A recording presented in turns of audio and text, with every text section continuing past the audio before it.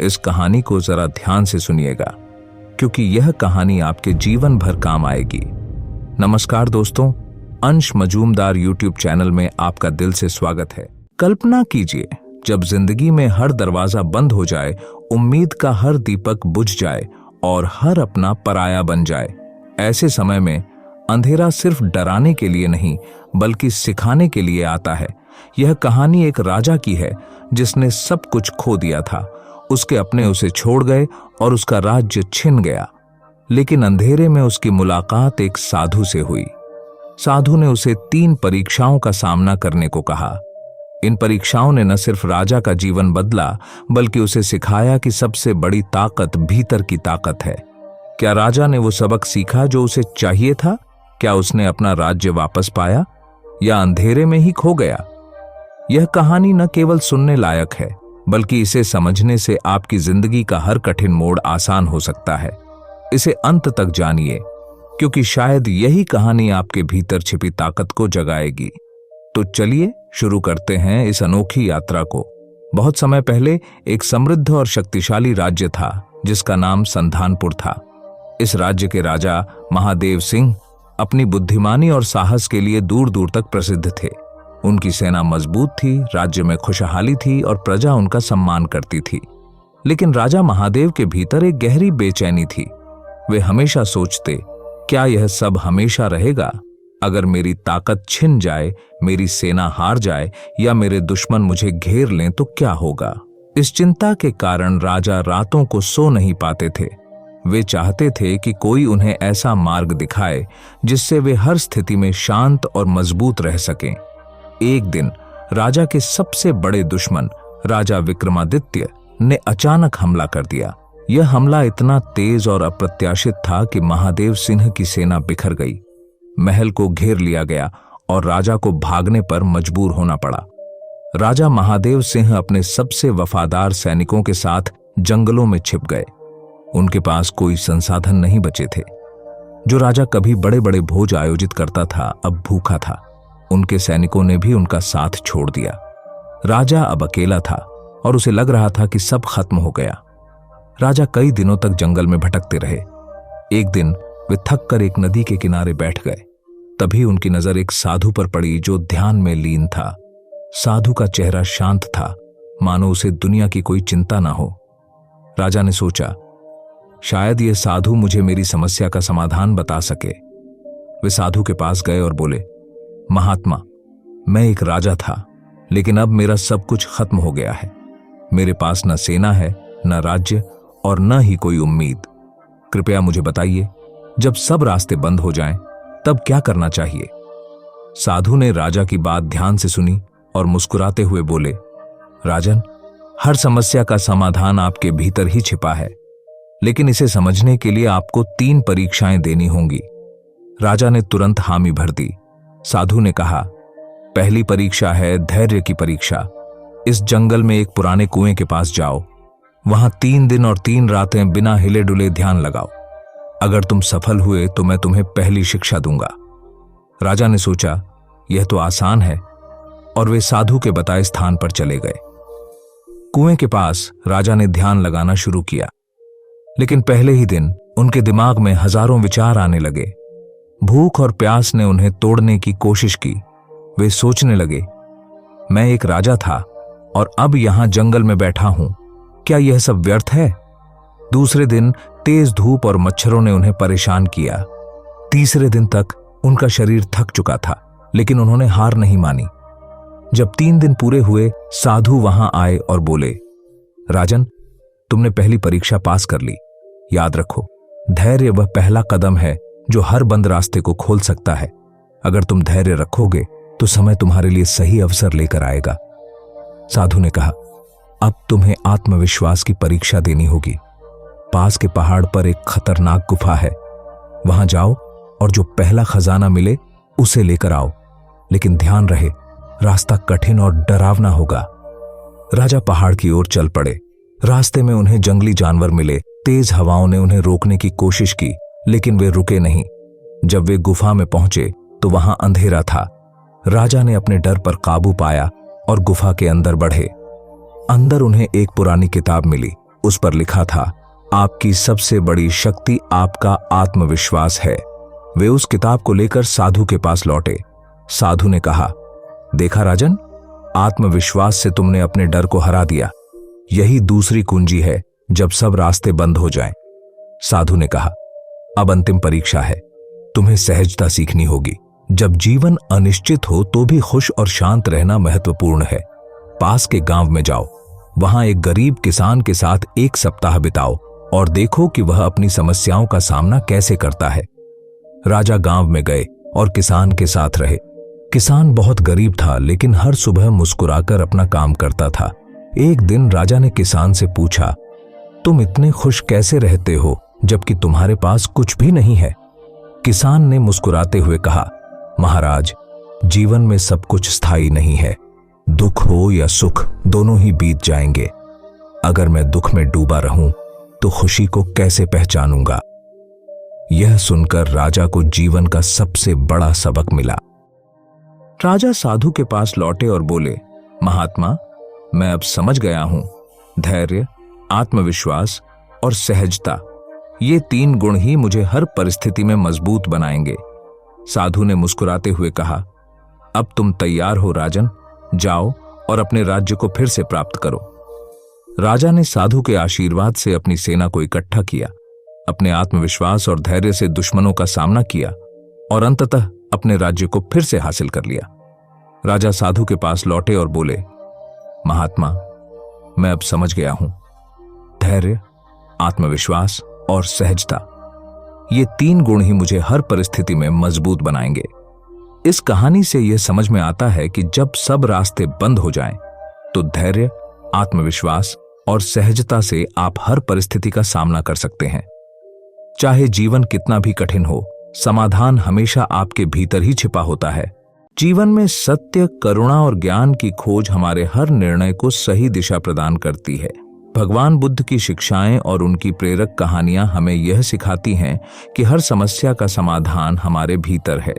बुद्ध की कहानियां न केवल आध्यात्मिक शिक्षा देती हैं, बल्कि हमारे दैनिक जीवन के लिए भी महत्वपूर्ण मार्गदर्शन करती हैं। ये कहानियां हमें सिखाती हैं कि कैसे कठिन परिस्थितियों में भी शांति, धैर्य और प्रेम बनाए रखा जा सकता है। आइए भगवान बुद्ध की 4 प्रेरक कहानियों को पढ़ें और उनसे जीवन के अमूल्य पाठ ग्रहण करें। क्रोध का उत्तर करुणा। एक दिन भगवान बुद्ध एक गांव में उपदेश देने गए। जैसे ही वे वहां पहुंचे, एक क्रोधित व्यक्ति उनके पास आया और अपशब्द कहने लगा। बुद्ध ने शांतिपूर्वक उसकी बात सुनी और मुस्कुराते हुए बोले, यदि कोई व्यक्ति तुम्हें उपहार देता है और तुम उसे स्वीकार नहीं करते, तो वह उपहार किसका होगा? वह व्यक्ति थोड़ा हैरान हुआ और बोला, जो उसे लाया है। बुद्ध ने उत्तर दिया, सही कहा। इसी प्रकार तुम्हारा क्रोध भी तुम्हारा ही है। यदि मैं इसे स्वीकार नहीं करता तो यह मेरे लिए नहीं, तुम्हारे लिए ही रहेगा। इस उत्तर ने उस व्यक्ति का क्रोध शांत कर दिया। उसने महसूस किया कि गुस्से का जवाब गुस्से से नहीं, बल्कि शांति और करुणा से देना चाहिए। सच्चे सुख की परिभाषा। एक बार एक धनवान व्यक्ति ने बुद्ध से पूछा, भगवान, मैं बहुत धनी हूं, मेरे पास सब कुछ है, लेकिन फिर भी मैं सुखी नहीं हूं। सुखी जीवन का रहस्य क्या है?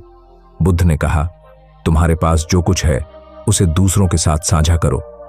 उस व्यक्ति ने बुद्ध की बात मानी और अपने धन का एक बड़ा हिस्सा जरूरतमंदों में बांट दिया। कुछ समय बाद वह बुद्ध के पास आया और बोला, भगवान, मैंने आपकी बात मानी और अब मुझे सच्चा सुख मिल रहा है। बुद्ध ने उत्तर दिया, सच्चा सुख केवल संग्रह में नहीं, बल्कि दान और सेवा में है। जब तुम दूसरों की भलाई के लिए कार्य करते हो, तभी तुम्हारा मन सच्चे सुख का अनुभव करता है। संसार की सच्चाई। एक महिला अपने मृत बच्चे को लेकर बुद्ध के पास आई और रोते हुए बोली, भगवान, कृपया मेरे बेटे को पुनः जीवित कर दें, मैं उसके बिना नहीं रह सकती। बुद्ध ने उसकी पीड़ा को समझा और कहा, मैं तुम्हारी मदद कर सकता हूं, लेकिन पहले तुम्हें एक काम करना होगा। तुम किसी ऐसे घर से सरसों के दाने लेकर आओ जहां किसी की मृत्यु न हुई हो। वह महिला तुरंत दाने की खोज में निकल पड़ी, लेकिन हर घर में उसने सुना कि किसी न किसी ने अपने किसी प्रिय को खोया है। आखिर में वह महिला समझ गई कि मृत्यु जीवन का एक अटल सत्य है। जब वह बुद्ध के पास लौटी तो उसने कहा, भगवान, अब मैं समझ गई हूं कि जीवन में दुख सभी के हिस्से में आता है, हमें इसे स्वीकार करना सीखना चाहिए। बुद्ध ने मुस्कुराते हुए कहा, सत्य को स्वीकार करना ही सच्ची शांति का मार्ग है। अहंकार का त्याग। एक बार एक राजा ने बुद्ध से पूछा, भगवान, मैं सबसे बड़ा हूं, सबसे शक्तिशाली हूं, मुझे कैसे और महान बनना चाहिए? बुद्ध ने उसे एक कटोरा दिया और कहा, जाओ और इसे पानी से भर कर लाओ, लेकिन ध्यान रहे कि एक भी बूंद गिरनी नहीं चाहिए। राजा ने ऐसा ही किया। जब वह पानी से भरा कटोरा लेकर लौटा तो बुद्ध ने पूछा, इस कटोरे को लेकर आते समय क्या तुमने अपने महल, संपत्ति और राज्य के बारे में सोचा? राजा ने उत्तर दिया, नहीं, मेरा सारा ध्यान सिर्फ इस कटोरे पर था ताकि पानी न गिरे। बुद्ध ने कहा, ठीक उसी तरह जब तुम अपने अहंकार और संपत्ति से मुक्त होकर ध्यान लगाते हो, तभी तुम सच्चे महान बनते हो। भगवान बुद्ध की इन प्रेरक कहानियों में जीवन का सार छिपा है। वे हमें सिखाती हैं कि कैसे हम क्रोध, दुख और अहंकार को त्याग कर शांति, करुणा और सच्चे सुख को प्राप्त कर सकते हैं। इन कहानियों का पालन करके हम अपने जीवन को एक नई दिशा दे सकते हैं और आत्मिक शांति प्राप्त कर सकते हैं। आइए बुद्ध की शिक्षाओं को अपने जीवन में अपनाएं और इसे सार्थक बनाएं। कर्म की शक्ति अद्वितीय है। यह वह ऊर्जा है जो हमें हमारी नियति को बदलने और अपने सपनों को साकार करने की ताकत देती है। जीवन में चाहे कितनी ही कठिनाइयां क्यों ना आए, यदि हम सही दिशा में प्रयासरत रहते हैं और अपने कर्मों में विश्वास रखते हैं तो सफलता अवश्य मिलती है। यह कहानी हमें सिखाती है कि कैसे कर्म की शक्ति ने एक व्यक्ति के जीवन को पूरी तरह से बदल दिया। गांव के एक कोने में, जहां हर सुबह पक्षियों की चहचहाहट और खेतों की खुशबू से दिन की शुरुआत होती थी, वहीं एक साधारण युवक रघु रहता था। रघु की उम्र लगभग 25 वर्ष थी। वह गरीब परिवार से था और उसकी जिंदगी संघर्षों से भरी थी। घर में माता पिता और 2 छोटे भाई बहन थे। रघु दिन भर खेतों में काम करता, लेकिन उसकी मेहनत के बावजूद परिवार को 2 वक्त की रोटी जुटाने में मुश्किल होती। कई बार उसे लगता कि उसकी मेहनत व्यर्थ जा रही है। रघु को लगता था कि उसकी किस्मत कभी नहीं बदलेगी। वह अक्सर सोचता, मैं इतना मेहनत करता हूं, फिर भी सब व्यर्थ है। शायद मेरी जिंदगी में कुछ अच्छा होने का समय ही नहीं आया। एक दिन वह एक पुराने पीपल के पेड़ के नीचे बैठा सोच रहा था कि उसकी इस जिंदगी का क्या अर्थ है। तभी गांव के एक साधु महात्मा वहां से गुजरे। उन्होंने रघु के चेहरे की चिंता को भांप लिया। साधु ने रघु से पूछा, बेटा, क्या बात है?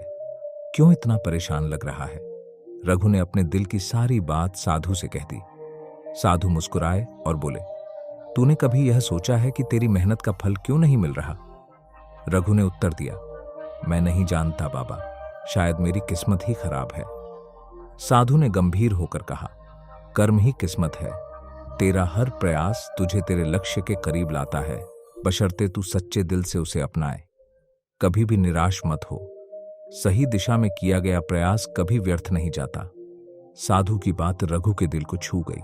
उसने तय किया कि अब वह अपनी किस्मत को कर्म से बदल कर रहेगा। अगले दिन से उसने अपने काम के साथ साथ नई चीजें सीखने का निर्णय लिया। रघु ने गांव के एक वृद्ध से खेती के नए तरीके सीखने शुरू किए। उसने मेहनत के साथ साथ स्मार्ट तरीके से काम करना भी शुरू कर दिया। कुछ महीनों में उसकी फसल की गुणवत्ता में सुधार हुआ और उसे अच्छा मुनाफा मिलने लगा। जैसे ही रघु की जिंदगी पटरी पर आने लगी, प्रकृति ने उसकी परीक्षा ली। एक दिन भारी बारिश और तूफान ने उसकी सारी फसल बर्बाद कर दी। रघु को फिर से ऐसा लगा कि उसकी मेहनत व्यर्थ गई, लेकिन इस बार उसने हार मानने के बजाय साधु की बात याद की। उसने खुद से कहा, कर्म करना मेरे हाथ में है और मैं इसे नहीं छोड़ सकता। रघु ने हार न मानते हुए गांव वालों की मदद से फिर से खेती शुरू की। उसने अपने अनुभवों से सीखते हुए मिट्टी और पानी की बेहतर देखभाल करना शुरू किया। इस बार उसकी फसल पहले से भी अधिक अच्छी हुई। गांव वाले उसकी मेहनत और आत्मविश्वास से प्रभावित हुए। उन्होंने उसे प्रेरित किया कि वह अपनी फसल को अन्य गांवों तक भी पहुंचाए। धीरे धीरे रघु की पहचान एक कुशल किसान के रूप में होने लगी। उसने न केवल अपनी स्थिति को सुधारा, बल्कि अन्य गांव वालों को भी नई तकनीकें सिखाईं। जीवन पहले जैसा साधारण नहीं रहा। कुछ वर्षों बाद वही साधु फिर से गांव आए। उन्होंने रघु को देखा और पहचान लिया। उन्होंने मुस्कुराते हुए कहा, देखा बेटा, कर्म की शक्ति को पहचान लिया ना?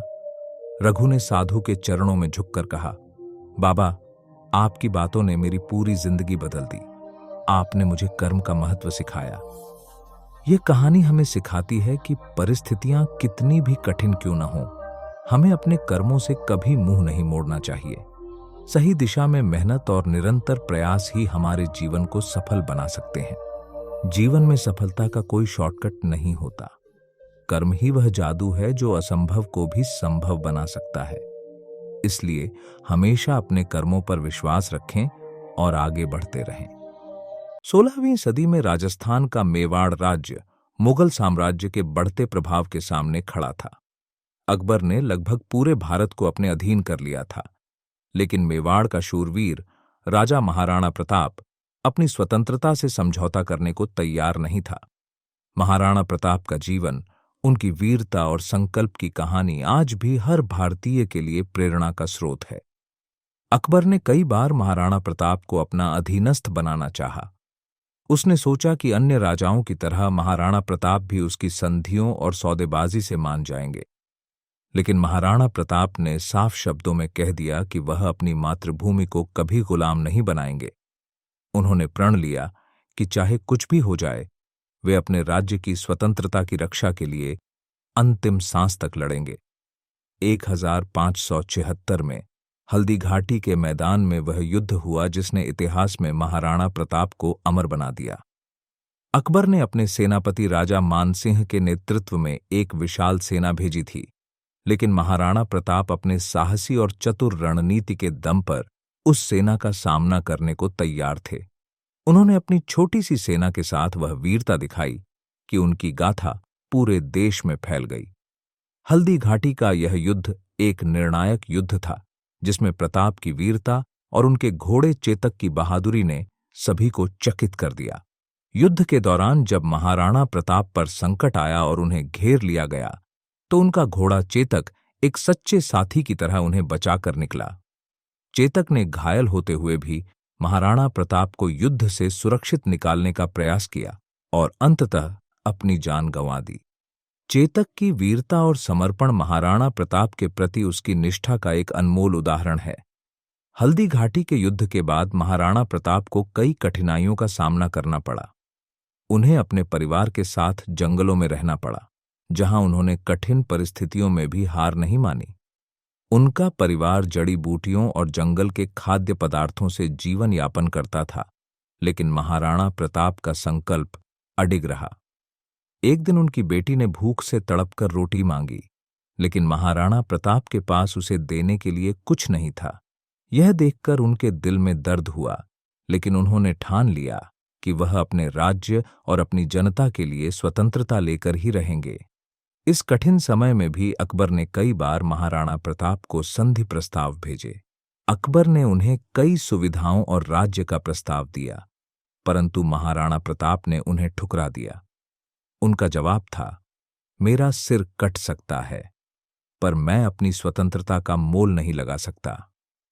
महाराणा प्रताप ने संघर्ष और धैर्य से अपने राज्य को फिर से संगठित किया। धीरे धीरे उन्होंने मुगलों को पीछे हटने पर मजबूर कर दिया और अपने राज्य के कुछ हिस्सों को पुनः प्राप्त किया। उनकी यह जीत केवल युद्ध की नहीं थी, बल्कि संकल्प, धैर्य और आत्मसम्मान की जीत थी।